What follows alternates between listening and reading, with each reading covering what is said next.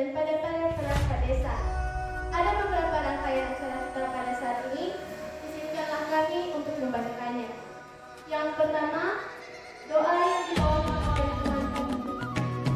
Yang saya hormati Saudara Kepala Wilayah 1, 2, dan 3 dan seluruh perangkat desa yang telah berkenan pada ini, dan yang kami banggakan dan yang kami cintai anak kami siswa kelas 7 SMP Negeri 3 Bukit. Puji syukur kita kepada Tuhan Yang Maha Kuasa atas anugerah kasih Tuhan yang pada saat ini kita bisa bersama-sama dalam ruangan yang sangat-sangat sederhana ini, yang mana pada bulan yang lalu ada surat masuk ke kami di pemerintahan desa bahwasanya dari pihak SMP Negeri 3 Gunung Kidul akan melaksanakan audiensi atau akan bersosialisasi atau berinteraksi dengan kita di pihak pemerintah desa. Tentu hal ini kami dari pemerintah desa adalah bagian dari maju SMP, adalah bagian dari pemerintah Kota Gunung Kidul, tentu menyambut baik dan mengapresiasikan hal ini. Bapak Ibu yang saya hormati, kesempatan ini anak-anak kami yang sudah berada di sini, inilah SSW Covid. SSW ini perlu kami sampaikan apa tugasnya atau selain ada di SSW. SSW ini terdiri ada 3 kepala dusun atau kepala wilayah, yaitu wilayah 1, 2, dan 3 atau 1, 2, dan 3 dengan jumlah penduduk 2.626 orang dan jumlah kepala keluarga 598. Kemudian SSW ini sangat majemuk dan heterogen, artinya baik dari provinsi maupun juga dari bentuk lokasi lokal, ada di daratan, ada di pegunungan. Itu inilah barat dalam mengatakan tidak semua merata baik dalam bentuk provinsi maupun dalam kesehatan. Dua anak kami ada warga SSW, berapa orang? 2 orang. Dari mana? 2 dari itu. Bapak Ibu yang kami hormati, inilah selain pandang atau tampak jelas daripada pemerintah SSW. Kemudian SSW ini saya sudah menjabat sebagai pejabat sementara kepala desa sejak Oktober 2022. Posisi saya hanya pejabat, ini ya, bukan definitif. Bapak Ibu dan anak kami SSW juga dalam beberapa terakhir ini, dalam beberapa tahun terakhir ini, dalam 1 tahun waktu ini banyak membuat MOU kerjasama dengan baik dari UNIAS, karena SSW ini kita punya perpustakaan itu. Di SSW sudah ada kerjasama dengan Universitas UNIAS dari Prodi Pendidikan Ekonomi. Kemudian juga pada bulan Februari 2023 yang lalu, SSW ini adalah peringkat ke-4 tingkat Kota Gunung Kidul dari 98 desa dan 3 kelurahan Kota Gunung Kidul. Itu peringkat Kota Gunung Kidul itu adalah peringkat ke-4. Dan pada tahun bulan Juni pada bulan Juni atau bulan yang lalu, di tingkat nasional dari 82.000 desa dan kelurahan se-Indonesia, SSW sebagai peringkat ke-4 terbaik se-Indonesia pada bulan Juni yang lalu.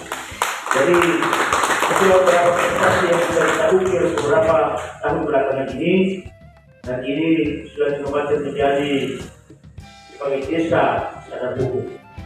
Jadi Bapak Ibu dan anak-anak kami, dengan kedatangan anak-anak kami di sini kami bangga, kami yakini karena memang kami harus sambut baik akan hal ini, karena kami tahu bahwa anak kami ini adalah investasi emas menuju generasi emas 2045. Dengan adanya seperti ini, kami yakin, kami percaya bahwa anak kami ke depan adalah pemegang tongkat estafet kepemimpinan yang ada di Kota Gunung Soli.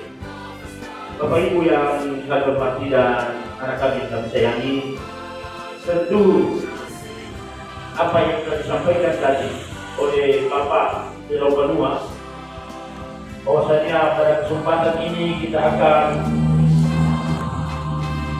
melaksanakan yang namanya P5, proyek penguatan profil pelajar Pancasila. Tentu ada nanti beberapa pertanyaan daripada siswa kami. Mohon maaf apabila anak-anak kami silakan bertanya, pasti kami jawab. Sepanjang kami tidak tahu, mungkin saya bilang dari bulan depan atau minggu depan. Tapi yang ingin dan percayalah, mudah-mudahan kita punya perbendaharaan dalam wawancara nanti, dalam interview nanti maupun dalam bentuk tanya jawab kepada anak kami. Kemudian harus kita akui bahwa upaya pendidikan pelajar Pancasila ini sebenarnya bahwasanya ini salah satu kurikulum baru. Perlu juga saya gambarkan kepada anak kami. Saya ini awalnya guru SMA. Saya awalnya guru SMA, bahkan seorang dosen. Karena yang ada Ibu Delau Banua itu mantan mahasiswa saya. Ya, jadi awalnya saya di dosen tinggi dari 2007 ke 2016. Kemudian 2008 saya pegawai negeri sebagai guru SMA di SMA Negeri 1. Kemudian 2012 pindah ke Dinas Pendidikan. Lama saya di Dinas Pendidikan. Ada jabatan yang sudah saya emban di sana. Kemudian pada tahun 2022 saya pindah ke Kecamatan Gunung di Alwa sebagai Kepala Seksi Kepala Seksi Pemberdayaan Masyarakat dan Kelurahan, masyarakat desa dan kelurahan. Dan ini yang lalu saya kesempatan sebagai Kepala Desa di Merangkap, sebagai juga kasih BLD di Kecamatan Gunung di Alwa. Jadi itu problem yang saya sampaikan, artinya kita ini sebenarnya dekat. Karena saya adalah seorang guru, saya juga membidangi kurikulum di Dinas Pendidikan. Nah, tapi kalau P5 ini atau kurikulum pendidikan Pancasila, kurikulum merdeka ini, kurikulum merdeka itu memang saya belum tahu apa-apa. Tapi kalau misalnya kurikulum sebelumnya, tahun 13 memang gawe kami itu dulu. Maka saya ini sering ikut ke luar daerah mengikuti pelatihan-pelatihan tahun 13. Tapi mungkin agak berbeda, saya kurang paham. Mudah-mudahan kurikulum merdeka ini juga ada kaitannya sedikit dengan kurikulum sebelumnya. Jadi dengan senang hati kepada anak kami dan kepada Bapak Ibu guru yang saya hormati dari SMP Negeri 3, kami sambut baik kedatangan Bapak Ibu di sini. Silakan kita berinteraksi, silakan kita berkomunikasi. Mungkin ini sesuatu syarat dalam pelaksanaan P5 ini, dan mungkin nanti ada beberapa pertanyaan. Di sini ada Bapak Kepala Dusun 1, Kepala Dusun 2, dari Dusun Merangkap sebagai Kepala Dusun 3, dan beberapa perangkat desa siap menjawab tantangan dari anak-anak. Jadi itu yang bisa kami sampaikan atas perhatian anak kami. Terlebih kita yang hadir pada saat ini, kami sampaikan terima kasih. Pulau Waita Yauh. Pertanyaan pertama, bagaimana pendapat Bapak dalam pelaksanaan pemilu 2024 yang akan datang? Kalau kita berbicara masalah pendapat ini, asumsi pribadi kita, bahwasanya pelaksanaan pemilu ini dulu jelas ini sebuah agenda nasional. Agenda nasional di mana pelaksanaan pemilu itu pada tahun 2024 namanya serentak dibagi dalam 2 session. Pada tanggal 14 Februari 2024 itu pemilu legislatif DPRD Kabupaten Kota, Provinsi, DPR RI, dan DPD. Jadi itu dia.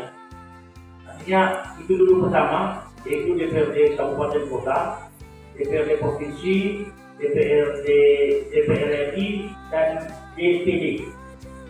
Itu 14 Februari 2024.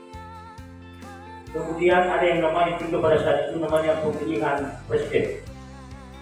Sedangkan pada bulan Oktober 2024 itu ada yang namanya pemilihan kepala daerah, mulai dari bupati, wali kota, gubernur. Jadi itu nanti diakhiri pada November. Jadi serentaknya itu bukan serentak semua, tapi serentaknya tahun 2024 sebentar. Karena gini, saya secara pribadi adalah kepala sekretariat Panwaslu Kecamatan Tutolia 2. Saya tahu ini pemilu. Jadi saya kenal pas sekali juga nanti. Jadi kira-kira itu jadwalnya ya, pada Februari dan pada November 2000. Jadi kalau siapa yang menang di pemilihan kepala daerah, misalnya bupati, wali kota, maka itu semua ada kado Natal atau kado baru buat mereka.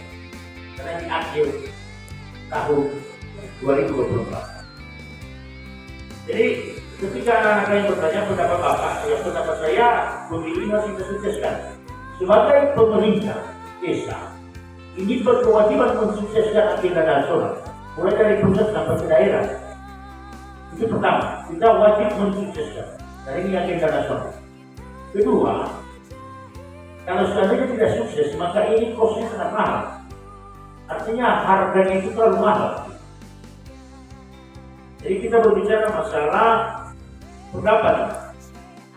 Jadi kalau dulu namanya sistem global, langsung umum bebas rahasia. Dan mungkin kita adopsikan seperti begitu juga. Dan artinya tergantung hati nurani kita.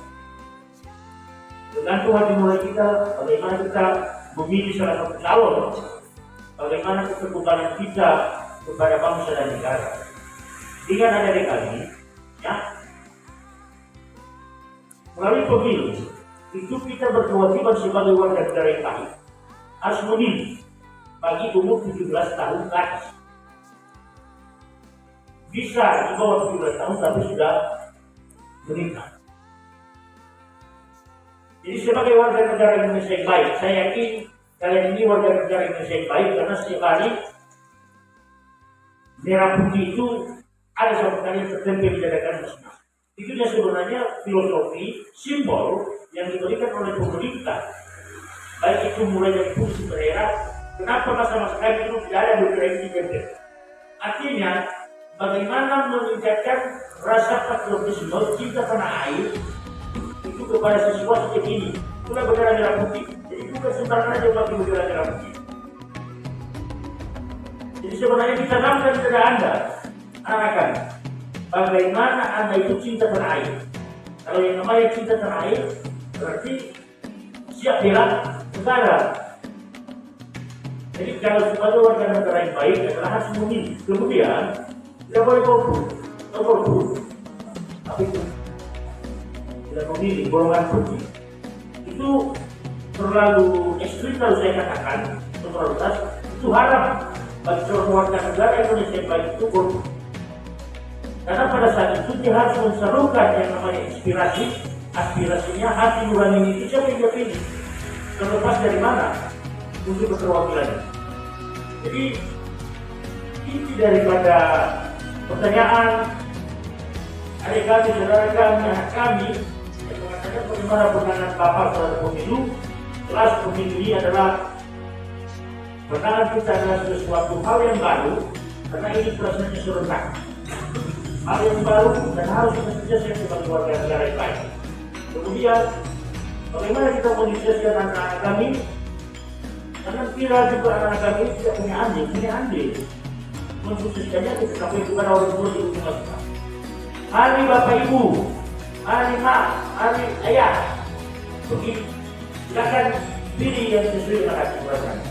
Kalau Anda melihat ada seseorang yang ingin menyogok uang kepada orang tua, anak-anak juga wajib menegur orang tua. Kalau bukan sekarang, kapan lagi kita mulai yang namanya balas budi ini? Akan saya jawab, mudah-mudahan bisa saya jelaskan kepada anak kami, dan tentunya ini nanti juga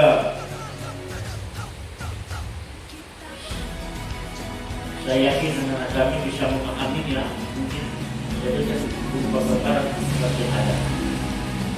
Berikutnya pertanyaan pertama, warga desa Sewi yang berdomisili di Sewi. Artinya ada dua warga sebenarnya di Desa Sewi.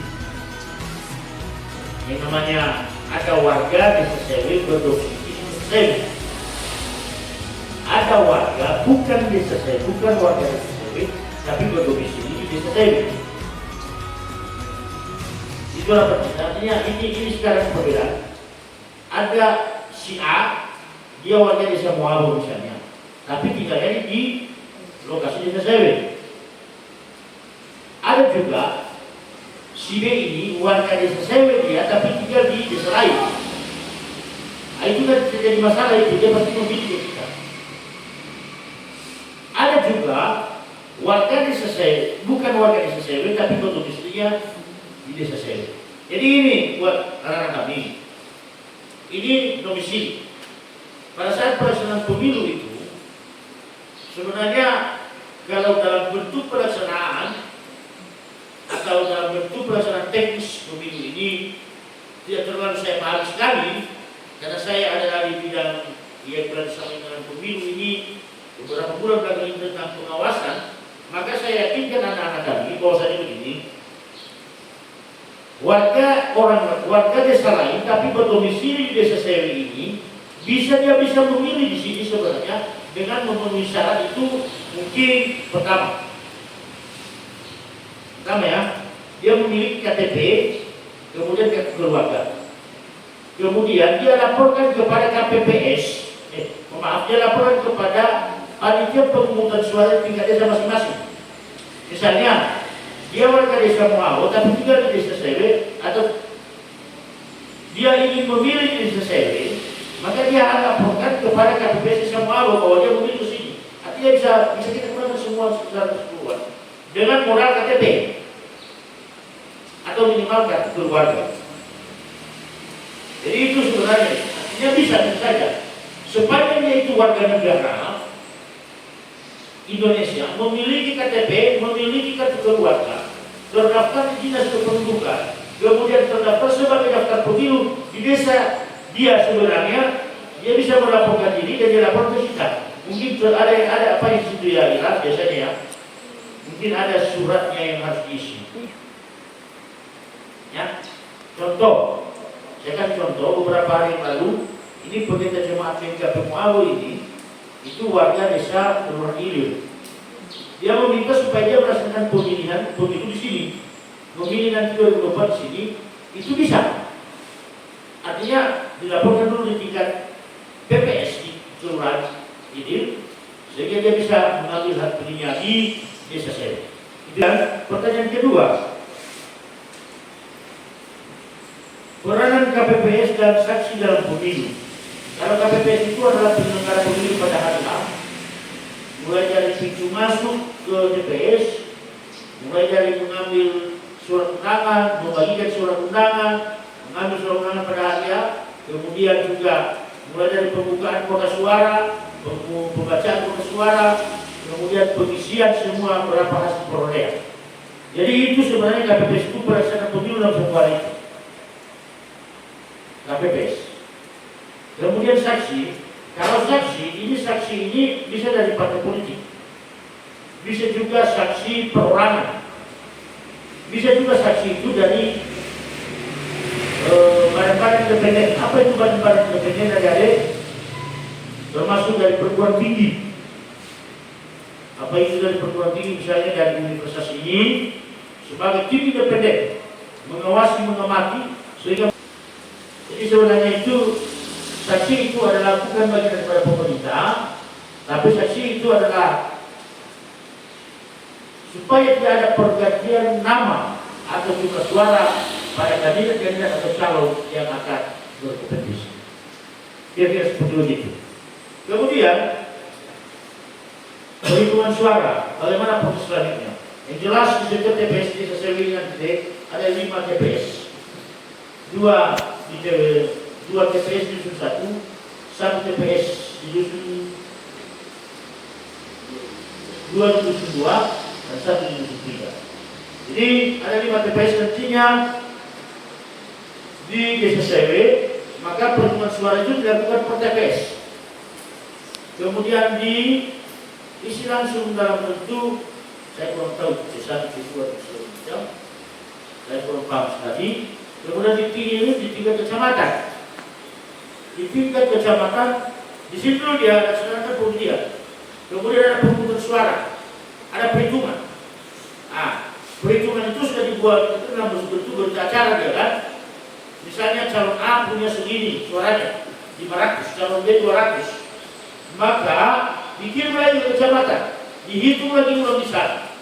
Kalau terjadi perbedaan, maka dipanggil saksi daripada calon 5. Kalau terjadi perbedaan, kalau parah perbedaannya, maka dilaksanakan pengundian ulang. Itu tentu rekor dengan kecamatan. Baru lagi ada yang namanya dikirim ke KPU. Maka terjadi lagi penghitungan ulang di KPU dalam bentuk penetapan jumlah suara yang dapat. Jadi sebenarnya itu berjenjang. Di tingkat desa, kecamatan, baru di tingkat KPU. Nah, pertanyaan terakhir, setelah pelaksanaan pemungutan suara, pertanyaan terakhir, perhitungan suara ini terbuka atau tertutup, seperti itu ya.